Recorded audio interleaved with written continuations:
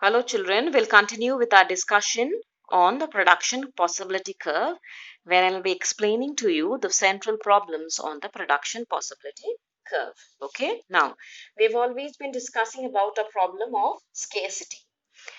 The point F also shows that the country is facing scarcity. The people demand more amount of goods which the country is unable to produce because of limited amount of resources. Then point A, B and C shows the combinations which can be produced with the limited resources of the country. These product combinations show us the problem of choice.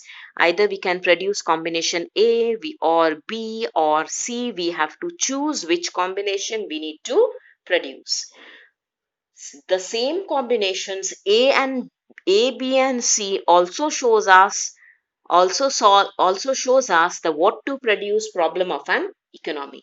We can produce what combinations of pizza and sugar, different combinations of pizza and sugar, different combinations of pizza and sugar. Which combination shall we produce? It also shows us the problem of what to produce as well as that of the problem of choice. This shows us the problem of scarcity.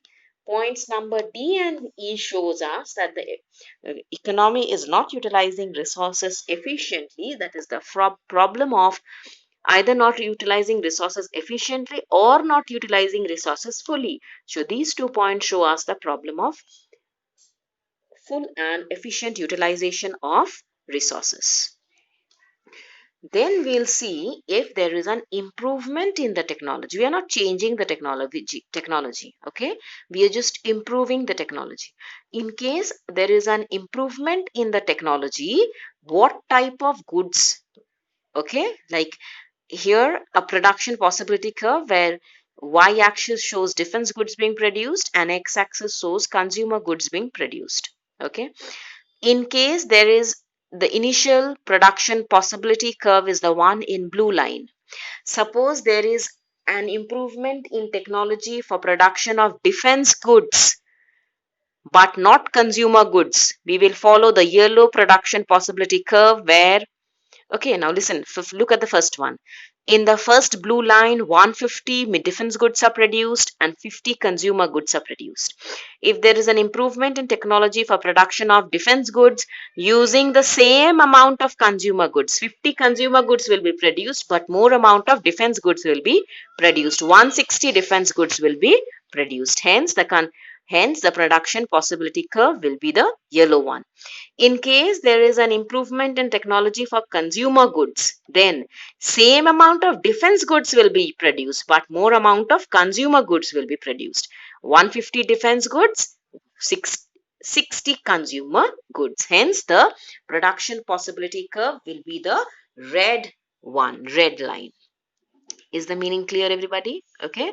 See, we have 3 production possibility curves. Blue one is the initial one.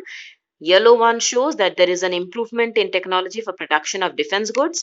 The red one shows that there is an improvement in technology for production of consumer goods.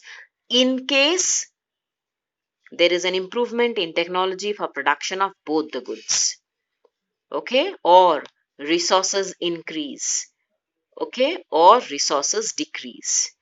In case that means the country is going in for economic growth, production of all the goods increases, more technology, there is technological development, there is availability of more amount of resources, yellow line will be followed. If there is the reverse growth, the country faces a natural disaster, present condition, we can take the example of the present condition.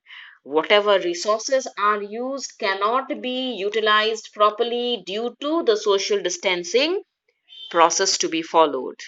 Okay, banks are operating with 30% staff, automatically production falls down. People cannot come closer to each other, they are not allowed to cross the boundaries of the country. Lockdown, shutdown, social distancing is limiting the capability of the resources. Okay, same with any type of natural disaster, the economic growth will decline and the PPC will shift to the left. If there is economic growth, the PPC will shift to the right. Same things explained in a better way. This is the production possibility curve. A, B, C, D, E shows the various combination of goods which we are able to produce. Any point outside that is unattainable. Point Z, Y, because of limited quantity of resources. All the points A, B, C, D, E shows the different choices we have. All the points inside the PPC are attainable. All attainable. Okay. But in anything inside the PPC shows inefficient or not full utilization of resources. Okay. Now, when we move from point C to D, at point C, we are producing 120 defense goods, 20 consumer goods.